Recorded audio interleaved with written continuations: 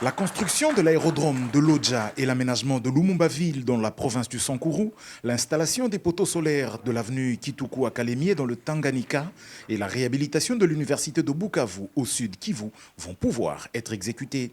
C'est l'essentiel à retenir de cette cérémonie de signature des contrats des travaux par les entreprises congolaises sous-traitantes de Cisco SA, l'agence congolaise des grands travaux, ainsi que la partie chinoise. Autour de la table pour cet événement qui marque l'entrée des entreprises congolaises dans le programme sino-congolais, l'agence de pilotage, de coordination, de suivi de conventions, à travers son directeur général Freddy Chemboyodi, l'agence congolaise des grands travaux, maître d'ouvrage délégué du ministère des ITP pour ses projets, et les entreprises Adiconstruct, UPC et HCS.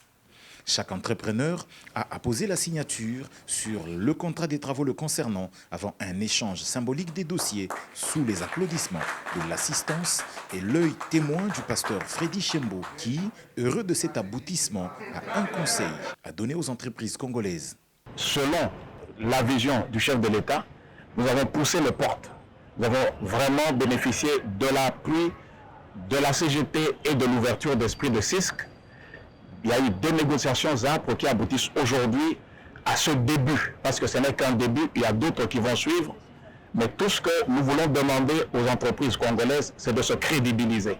Et cela fera que dans l'avenir, d'autres entreprises pourront aussi avoir l'opportunité de participer non seulement à ce programme, mais à d'autres programmes qu'on pourra développer dans l'avenir. Donc je veux vraiment féliciter la CGT, remercier CISC et surtout rendre hommage au chef de l'État qui a tenu à ce que les fils du pays participent à la construction de leur propre pays. Et c'est aujourd'hui chose faite et nous l'en remercions. Pour la semaine prochaine, il sera procédé à la signature des contrats des travaux de réhabilitation de la route Issiro-Poko et du projet de construction de la route d'accès au stade de Bunia. La signature des contrats des travaux de la construction de l'aérodrome de Chikapa ainsi que celui de la construction de l'université de Mbandaka sont programmés juste après.